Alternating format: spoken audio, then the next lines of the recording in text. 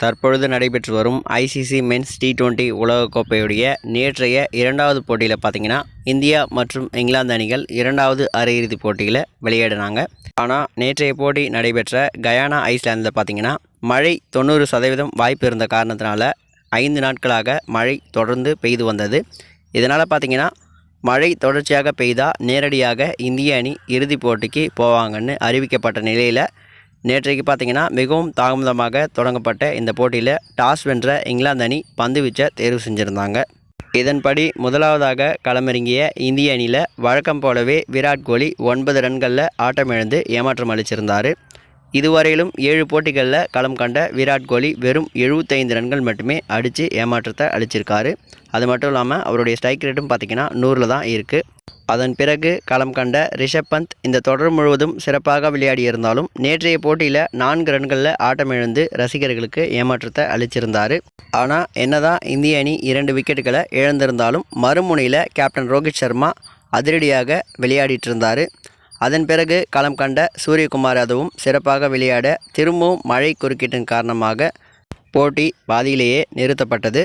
அதன் பிறகு நீண்ட இடைவெளிக்கு பிறகு மீண்டும் துவங்கின போட்டியில் அதிரடியாக செயல்பட்ட கேப்டன் ரோஹித் சர்மா மற்றும் சூரியகுமார் யாதவ் சிறப்பாக விளையாடி இந்திய அணியை ஸ்ட்ராங்கான பொசிஷனுக்கு எடுத்துகிட்டு போயிருந்தாங்க. அதிகபட்சமாக கேப்டன் ரோஹித் சர்மா 57 ரன்களை குவிச்சு அடுத்தடுத்த போட்டிகளில் அரை சதத்தை பதிவு செஞ்சுருந்தார். அதன் பிறகு களம் கண்ட இந்தியாவுடைய வைஸ் கேப்டன் ஹார்திக் பாண்டியா சிறப்பாக விளையாட மறுமுனையில் சூரியகுமார் யாதவ் 47 ரன்களில் வெளியேறியிருந்தார். அதன் பிறகு வந்த சிவம் துபே டெக் அவுட் ஆன நிலையில் இந்திய அணி ஒரு வழியாக 20 ஓவர் முடிவில் 171 ரன்களை குவிச்சிருந்தாங்க. அதிகபட்சமாக கேப்டன் ரோஹித் சர்மா 57 ரன்களையும் சூரியகுமார் யாதவ் 47 ரன்களையும் குவிச்சிருந்தாங்க. இங்கிலாந்து அணி தரப்பில் இருந்து கிறிஸ் ஜோர்டன் 3 விக்கெட்டுகளை கைப்பற்றியிருந்தார்.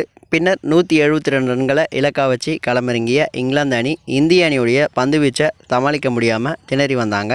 இந்த நிலையில் பார்த்திங்கன்னா 4வது ஓவர் வீசிய சுழல் பந்து வீச்சாளர் அக்ஷர் பட்டேல் தன்னுடைய முதல் பந்திலேயே ஜாஸ் பட்லரை நீக்கியிருந்தார். அதன் பிறகு பும்ரா பார்த்திங்கன்னா இந்த தொடர் முழுவதும் சிறப்பாக விளையாடிய ஃபிலிப் சால்ட்டை 5 ரன்களில் போல்டு செஞ்சுருந்தார். அதன் பிறகு இங்கிலாந்து அணி சீட்டுக்கட்டு சரிவது போல் சரிஞ்சு 103 ரன்களுக்கு அனைத்து விக்கெட்டுகளையும் இழந்திருந்தாங்க.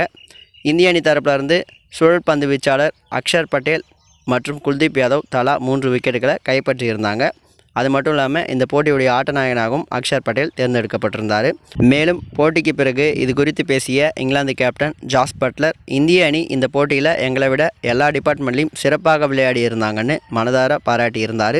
மேலும் இந்திய கேப்டன் ரோஹித் சர்மா போட்டிக்கு பிறகு ட்ரெஸ்ஸிங் ரூமில் அழுத காட்சி தற்பொழுது இணையத்தில் வைரலாகி வருது.